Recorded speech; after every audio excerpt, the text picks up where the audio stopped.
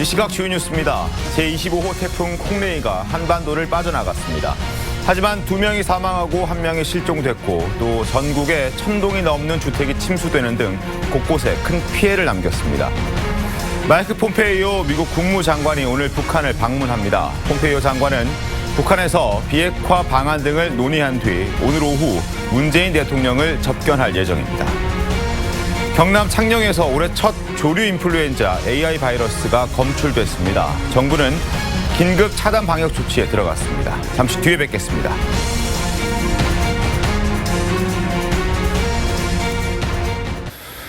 시청자 여러분 안녕하십니까? TV조선 뉴스 시작합니다.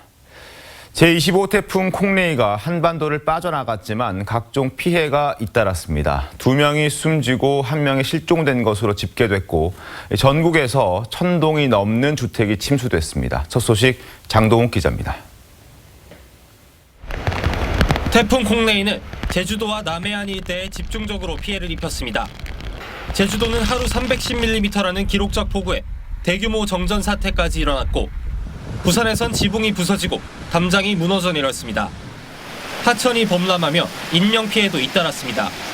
어제 오전 10시쯤 경북 포항에서 76살 이모 씨가 불어난 물에 실종됐고 경북 영덕에서는 80대 남성이 대피 도중 실족해 변을 당했습니다. 전국적으로 2명이 숨지고 1명이 실종됐고 1,300여 가구가 침수되고 470명의 이재민이 발생했습니다. 한편 태풍이 지나간 오늘 전국은 맑고 바람이 강하게 불겠습니다. 낮 기온은 어제와 비슷하지만 아침 기온은 어제보다 3도가량 낮아 쌀쌀합니다. 서울 아침 기온 13도, 낮 기온 21도에 찬바람이 불며 체감온도는 더 낮을 것으로 보입니다. 전 해상에 걸쳐 물결이 높게 일 것으로 보여 선박 운항에 주의가 필요합니다. TV조선 장도웅입니다. 마이크 폼페이오 미국 국무장관이 오늘 북한을 방문합니다. 폼페이오 장관은 북한에서 비핵화 방안 등을 논의한 뒤 오늘 오후쯤에는 문재인 대통령을 접견할 예정입니다. 장용욱 기자입니다. 마이크 폼페이오 미국 국무장관이 오늘 오전 전용기 편으로 평양으로 향합니다. 이번이 4번째 방북입니다. 폼페이오 장관은 평양에서 김정은 위원장과 면담할 예정입니다. 이 자리에서 2차 미북 정상회담의 날짜와 장소에 대한 논의가 이뤄질 것이라고 말했습니다. 폼페이오 장관은 완전한 비핵화에 도달한 후 북한 주민의 밝은 미래를 위한 약속을 실행해 나갈 것이라며 선 비핵화 원칙을 재확인했습니다. 특히 미국의 상응 조치에 대해서 미국은 이미 조치를 취했다며 북한의 비핵화 행동을 촉구했습니다.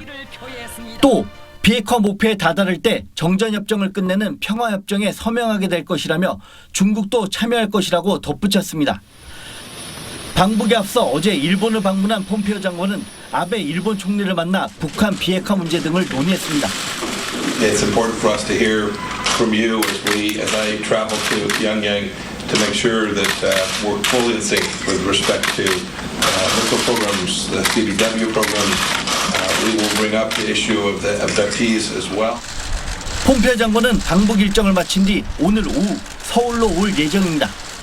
폼페이오 장관은 문재인 대통령을 찾아 방북 결과를 설명할 것으로 보입니다. TV조선 장용욱입니다. 마이크 폼페이오 국무장관이 방북한 가운데 북한 최선희 외무성 부상은 중국과 러시아를 잇따라 찾았습니다. 북핵 문제에서 중국과 러시아의 지지를 확보하는 데 주력할 것으로 예상됩니다. 이태영 기자입니다. 최선희 북한 외무성 부상이 어제 오후 러시아 모스크바에 도착했습니다. 지난 4일부터 이틀간 중국을 방문하고 마친 뒤입니다.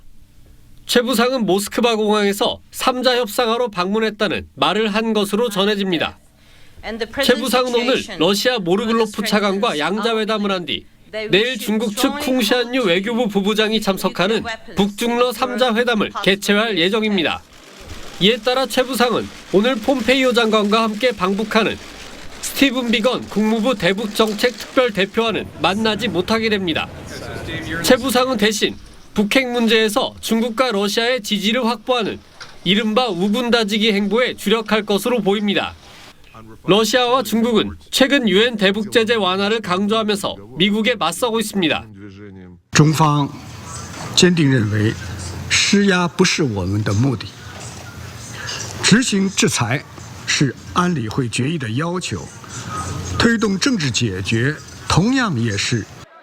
최 부상은 이 밖에도 올해 안으로 예상되는 김정은 위원장의 첫 러시아 방문 일정도 조율할 것으로 예상됩니다. TV조선 이태용입니다. 올해 첫 조류 인플루엔자 AI 바이러스가 경남 창녕에서 검출됐습니다. 농림축산식품부는 지자체와 공동으로 AI 긴급 행동 지침에 따라서 항원 검출 지점을 중심으로 긴급 방역 조치에 나섰습니다.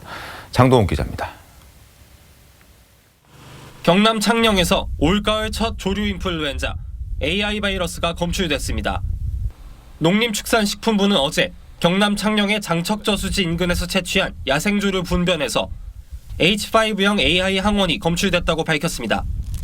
지난 2일 농식품부가 철새 도래 경보를 발령한 지 나흘 만입니다. 겨울 철새의 국내 도래가 확인된 상황에서 정부는 예년보다 위험도가 높다고 판단 중입니다. 철새의 주요 번식지인 러시아에서 예년보다 AI가 많이 발생했기 때문입니다. 농식품부는 지자체와 공동으로 AI 긴급 행동 지침에 따라 항원 검출 지점을 중심으로 긴급 방역 조치에 나섰습니다. 반경 10km 지역을 야생 조수류 예찰 지역으로 설정해 검사 및 이동 통제와 소독을 실시하고 인근 농가에 대한 차단 방역도 강화하기로 했습니다. 이번에 검출된 AI 항원의 고병원성 여부 등 구체적 판정까지는 하루에서 사흘가량 걸릴 예정입니다. 정부는 철새 도래지 방문 자제와 함께 방역에 만전을 기해달라고 당부했습니다. TV조선 장동우입니다. 국민연금이 올해 국내에 주식을 투자했습니다. 그런데 10조 원 가량의 손실을 본 것으로 나타났습니다. 국민연금 고가 시점이 앞당겨진다는 논란이 계속되고 있는 가운데 수익률 손실마저 커졌습니다. 신준명 기자입니다. 지난해 말 국민연금 보유주식 평가액은 131조 5,200억 원. 그런데 올해 7월 말엔 123조 800억 원으로 10조 원 가까이 손실이 생겼습니다. 올해 7월 말 국내 주식 수익률은 마이너스 6.01%로 지난 5월 말 마이너스 1.19%에 비해 훨씬 더 나빠진 수치입니다. 국민연금은 또 올해 국내 주식에 여유자금 9,400억 원을 쓰기로 계획했지만 실제로는 1조 5,200억 원을 집행해 5,800억 원을 더 사용했습니다. 반면 7.45% 수익이 발생한 해외 주식 투자에는 계획했던 금액의 45%만 집행해 전체 투자 수익률은 오히려 떨어졌습니다. 국회 보건복지위원회 소속 유재중 자유한국당 의원은 제7차 국민연금 기금운용위원회 자료를 보고 이 같은 분석을 내놨습니다. 유 의원은 앞서 지난 8월 국내 주식 수익률의 잣대가 되는 코스피 지수가 하락하는 상황이 지속되면 올해 국내 주식 투자에서만 10조 원대에 가까운 손실을 볼 가능성이 있다고 지적했습니다. 유 의원은 또 기금운용본부장이 1년 3개월 넘도록 공석인 것이 투자에도 영향을 미쳤을 것으로 보인다며 본부장을 조속히 임명할 것을 촉구했습니다. TV조선 신준명입니다. 국내 휘발유 값이 3년 10개월 만에 최고치까지 치솟았습니다. 다음 달 대이란 대제까지 겹쳐서 휘발유 값은 당분간 오를 전망입니다. 장동욱 기자입니다. 서울의 한 주유소. 자가용을 운전하는 운전자들은 요즘 기름 넣기가 무섭습니다. 휘발유와 경유 등 자동차 연료 가격이 너무 올랐기 때문입니다. 좀 차도 많이 타는 편이라서 6번, 7번, 한 10만 원 정도 부담이 되겠네요. 지금 이번 달 첫째 주 전국 주유소에서 판매된 보통 휘발유의 가격은 리터당 1,659.6원을 기록했습니다. 지난주보다 9.4원 올랐습니다. 최근 5주 동안 40원 가까이 급등한 가격입니다.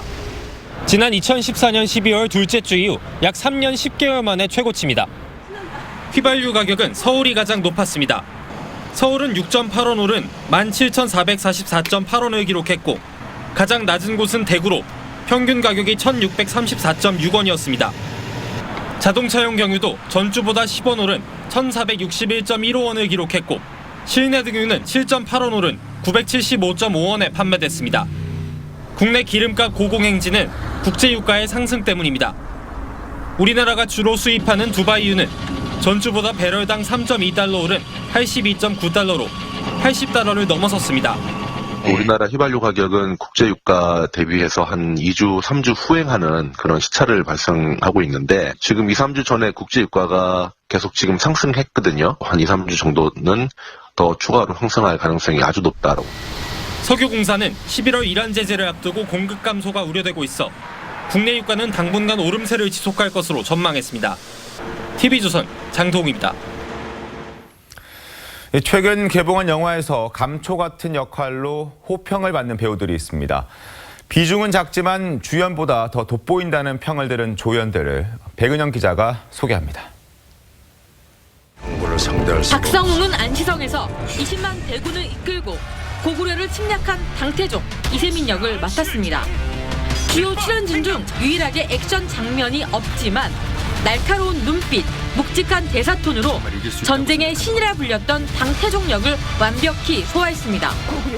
당태종 이세민 역할이다 보니까 모든 대사가 다 중국말이었어요. 촬영 들어가기 3개월 전서부터 외우셨어요. 중국어 선생님한테 공부를 배웠고. 길한 땅을 얻어 왕권을 뒤흔들려는 이들의 대립과 야망을 그린 작품 명당에는 유재명이 있습니다. 유재명은 천재직원 박재상 곁에서 풍수를 보며 돈을 버는 타고난 장사꾼으로 변신해 연령 어디야?